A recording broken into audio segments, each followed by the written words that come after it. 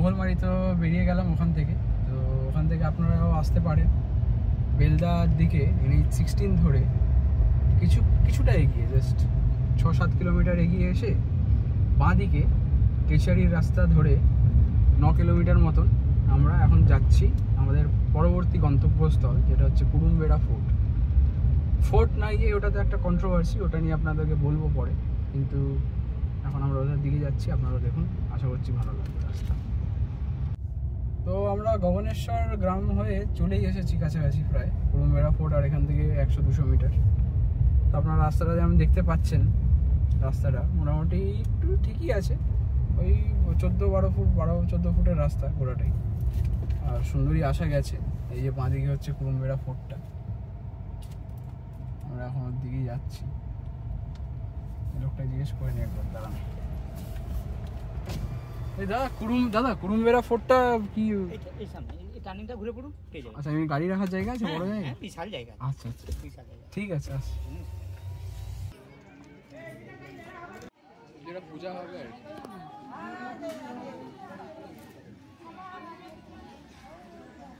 তো ওখানে গাড়িটা পার্কিং করে আমরা এখানে চলে এলাম। এটাই হচ্ছে কুরুমবেড়া ফোর্ট, বা ফোর্ট নাকি ওটা তো একটা কোয়েশ্চেন, কন্ট্রোভার্সিয়াল।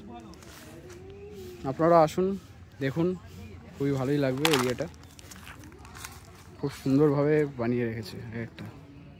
পশ্চিম মেদিনীপুরের কেশিয়ারি থেকে মাত্র 5 কিলোমিটার দূরে গগনেশ্বর গ্রামের কোলে লুকিয়ে আছে এক বিস্তৃত ইতিহাস, কুরুমবেড়া ফোর্ট।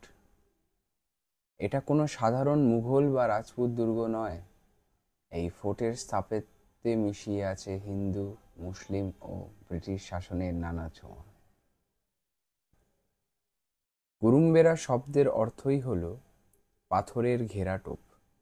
এখানের বিশাল ল্যাটেরাইট পাথরের দেওয়াল, স্তম্ভ আর কেন্দ্রীয় উঠোন একসময় প্রতিধ্বনিত হতো রাজাদের আদেশ আর প্রার্থনার সুরে।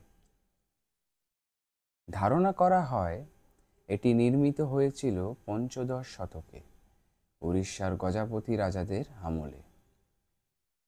পরে এই ফোর্টে এসেছে মুঘল আর ব্রিটিশদের উপস্থিতিও, আর প্রতিটি শাসক এখানে রেখে গেছে নিজের ছাপ।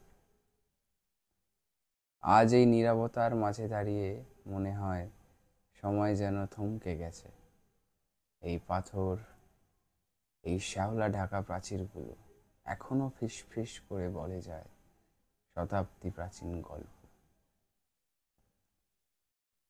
বাতাসে যেন এখনো ভেসে আসে যুদ্ধের শব্দ, প্রার্থনার ধ্বনি আর ইতিহাসের নিঃশব্দ প্রতিধ্বনি।